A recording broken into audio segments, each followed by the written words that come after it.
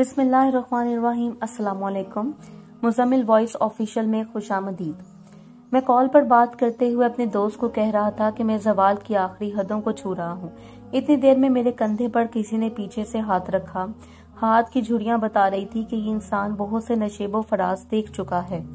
मैं पीछे की तरफ पलटा ही था कि सामने खड़ी बूढ़ी खातून मुझसे मुखातिब होते हुए बोली थी, बेटा ज़वाल की कोई आखिरी हद नहीं होती। अल्लाह ताला से डरते रहा करो, जिस हाल में भी रहो शुक्र अदा करते रहा करो। इस बुजुर्ग खातून के मुंह से निकलने वाले अल्फाज, इसके फटे हुए कपड़े, उजड़ी हुई शख्सियत, छलनी रूह और लड़ते हुए मैले कुचले जिस्म के बरक्स थे। खातून दिमागी माजूर और मांगने वाली लगती थी, जबकि अल्फाज किसी फिलोसफर से कम ना थे। लिहाजा मैंने कॉल बंद की और खातून से बातचीत करने का सोचा। ऐसे करीबी ढाबे पर इसे लजा कर एक चाय और 3 केक मंगवाए।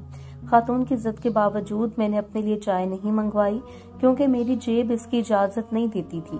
जब खातून लवाजमात से फारिग हो चुकी तो मैंने इनको मुखातिब करके ज़वाल की आखिरी हद के मुतालिक पूछा, तो इन्होंने एक बार फिर अपनी बात दोहराते हुए कहा, बेटा ज़वाल की कोई आखिरी हद नहीं होती। जिस हाल में भी रब रखे, अल्लाह ताला के शुक्रगुजार रहो। मैं होनकों की तरह बुजुर्ग खातून के चेहरे की तरफ देख रहा था।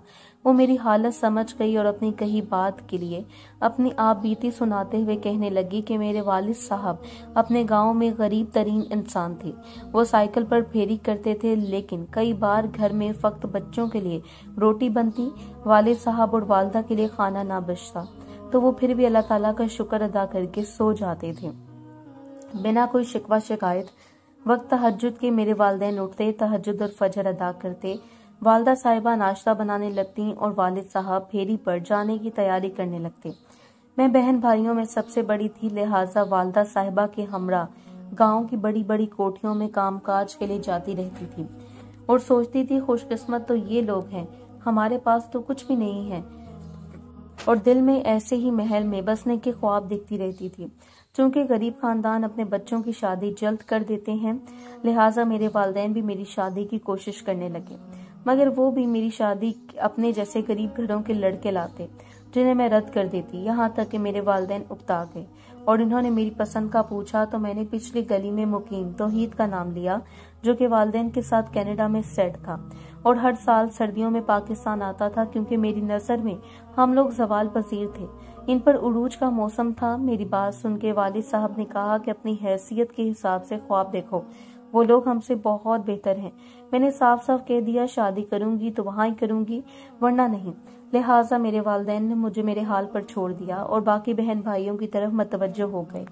वक्त गुजरता गया, मैंने तौहीद को मोहब्बत के जाल में फांस लिया, मगर इसके घर वाले मुझे अपनी बहू बनाने पर रजामंद नहीं थे। मैंने तौहीद को मोहब्बत की खातिर इसके वालिदैन के सामने खड़ा कर दिया। यहाँ तक शदीद इख्तलाफात के बावजूद तौहीद ने मुझसे कोर्ट मैरिज कर ली। इसके वालिदैन इससे लाताल्लुक हो गए और वो यहाँ से पाकिस्तान रह गया, जबकि दूसरी तरफ मेरे वालिदैन ने भी मुझसे कतई ताल्लुक कर लिया और मैं फक्त तौहीद की होकर रह गई। तौहीद मुझे लेकर लाहौर शहर मुंतकिल हो गया।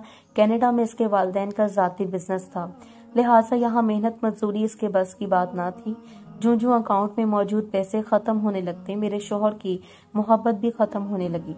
यहाँ तक कि हमारे 2 बच्चे, एक बेटा और बेटी पैदा हुए और अब तौहीद बिना बच्चों की परवाह किए मुझे मारने पीटने लगा। पहले हम लोग गुलबर्ग में मुकीम थे, फिर जब पैसे कम हुए तो कैंट में मुंतकिल हो गए और जब अकाउंट में मौजूद रकम बिल्कुल इख्तिताम तक पहुंची तो हम लोग गाजियाबाद मोगलपुरा मुंतकिल हो गए। अब घर का किराया तक देने के पैसे ना थे। मेरे शौहर के सर से मोहब्बत का भूत उतर चुका था। वो मुझे मारपीट करके लोगों के घरों में काम के लिए भेजता, यहाँ तक कि फिर भी घर के खराजात पूरे ना होते तो मुझसे भीख मंगवाता। मुझे लगा असल ज़वाल ये है जो मैं देख रही हूँ।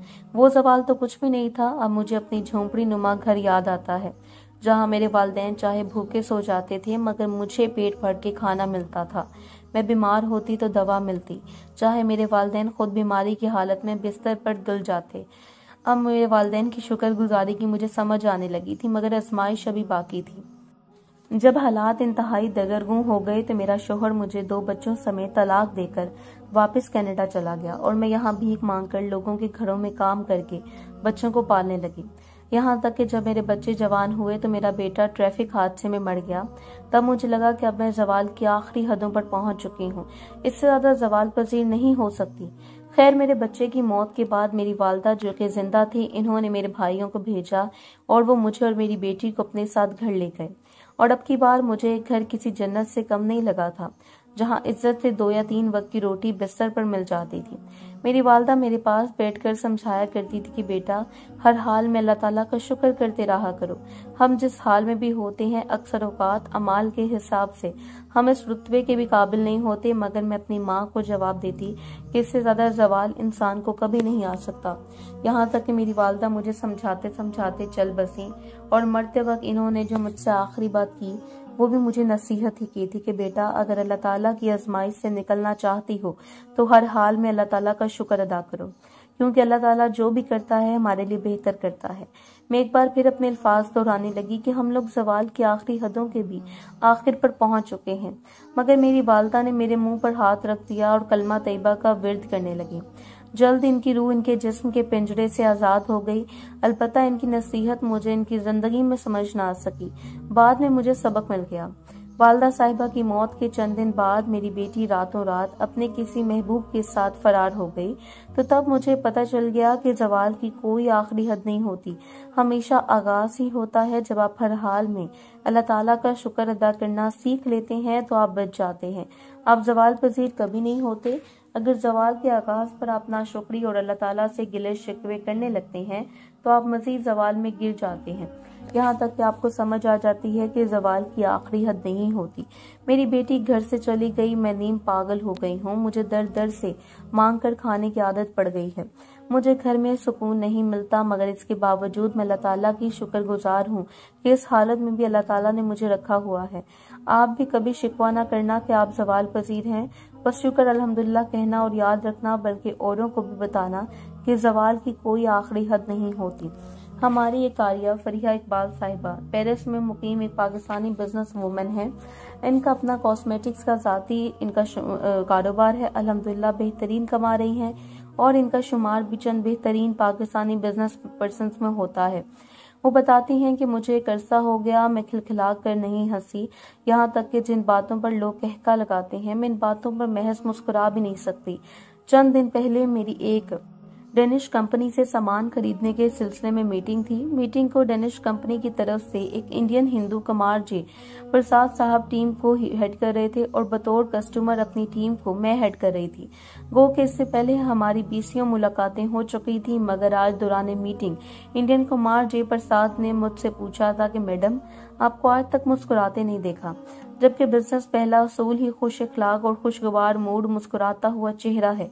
मैंने इसकी बात सुन के इग्नोर कर दी और जब इसने दोबारा सवाल दोहराया तो मैंने वाशगाफ अल्फाज में इसे बताया कि मैं यहाँ बिजनेस डील करने आई हूँ, अपने मुतालिक मालूमात देने या कारोबार की सलाह लेने नहीं आई।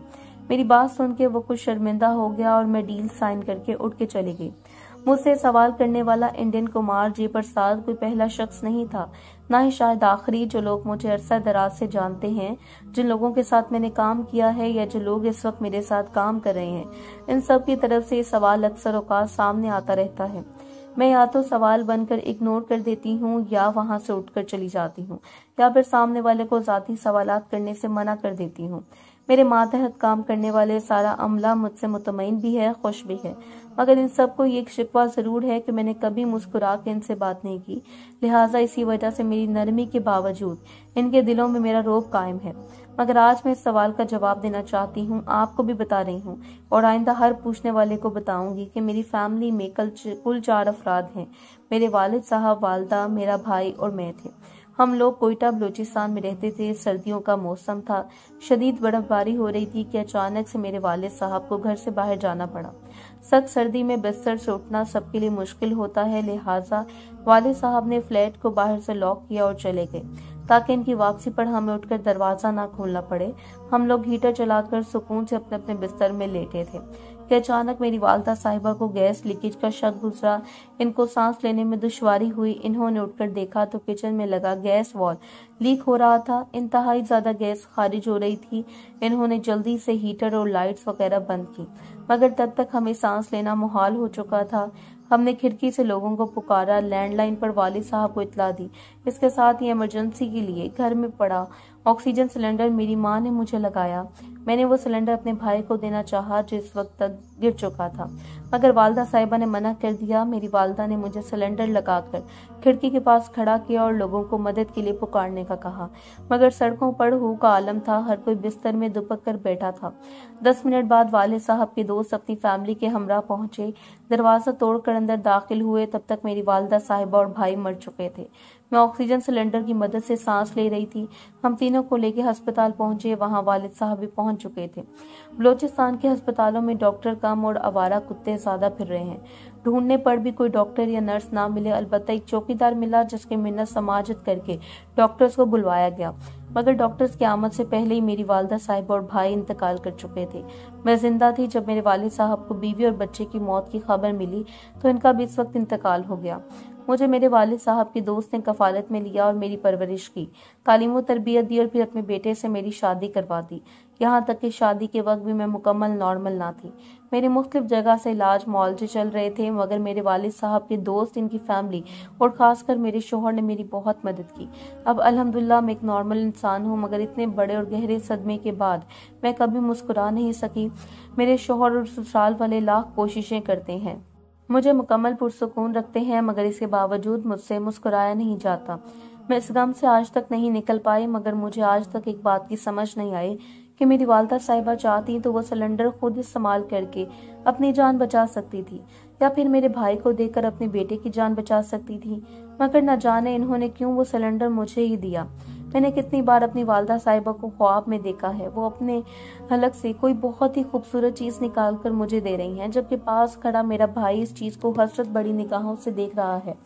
मैं इस ख्वाब की ताबीर नहीं जान पाई। मेरा दिल कहता है वो खूबसूरत चीज जिंदगी है। इससे ज्यादा की जरूरत मेरे भाई को थी, मगर मेरी वालदा साहिबा ने अपनी जिंदगी मुझे दे दी और खुद अपने बेटे के साथ जहान फानी से रुखसत हो गई।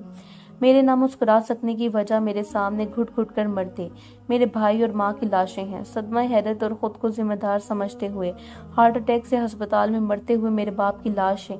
आज तक इस सदमे से मैं कभी नहीं निकल पाई, शायद आंदा भी कभी नहीं निकल पाऊंगी। लिहाजा यही वजह है कि मैं कभी मुस्कुरा नहीं सकी।